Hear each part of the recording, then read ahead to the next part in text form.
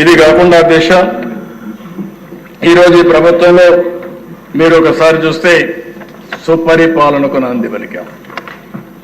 ఒక పక్క అభివృద్ధి సంక్షేమం సుజావుగా జరగాలంటే పరిపాలన గుడ్ గవర్నెన్స్ ఉండాల్సిన అవసరం ఉంది.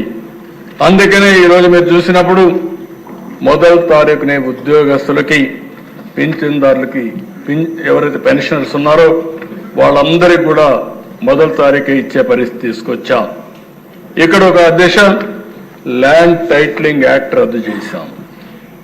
యాంటీ ల్యాండ్ గ్రాబింగ్ యాక్ట్ తీసుకొస్తున్నాం. ఎవరైనా సరే భూ కబ్జాలు చేస్తే ఆ భూ కబ్జాలు చేశారని మేము ప్రూవ్ చేయడం కాదు, మీరే ప్రూవ్ చేసుకోవాల్సిన అవసరం ఉంటుంది. ఎవరైనా సరే ప్రైవేట్ భూములు జోలుకొచ్చినా ప్రభుత్వ భూములు జోలుకొచ్చినా ఎవరైతే ఈ కబ్జాదారులు ఉన్నారో ల్యాండ్ గ్రాబర్స్ ఉన్నారో వాళ్ళందరికీ హెచ్చరిక చేస్తున్నాం. ఈ సెషన్లో అనేది బిల్లు వస్తుంది, చట్టం అవుతుంది.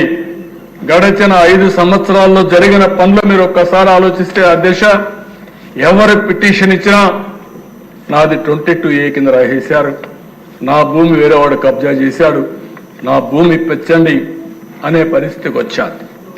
ఒక ఫార్ స్కెన్ తయారు చేశారు, డ్రోన్ సర్వే అన్నారు, బౌండరీసే మార్చేశారు. ఇంకో పక్కన మీరు చూస్తే భూములు కూడా నాకు వచ్చే పిటిషన్లని అనలైజ్ చేస్తే 160% ల్యాండ్ డిస్ప్యూట్స్ వచ్చాయి.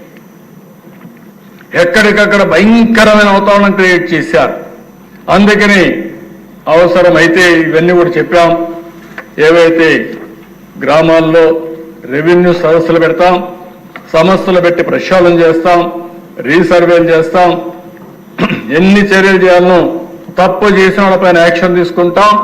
తప్పులు సరిచేసే బాధ్యత ఈ ప్రభుత్వం తీసుకుని తొందరలోనే ఈ సమస్యకి పరిష్కార మార్గం చూపిస్తామని మరొకసారి ప్రజలందరికీ హామీ ఇస్తున్నాను.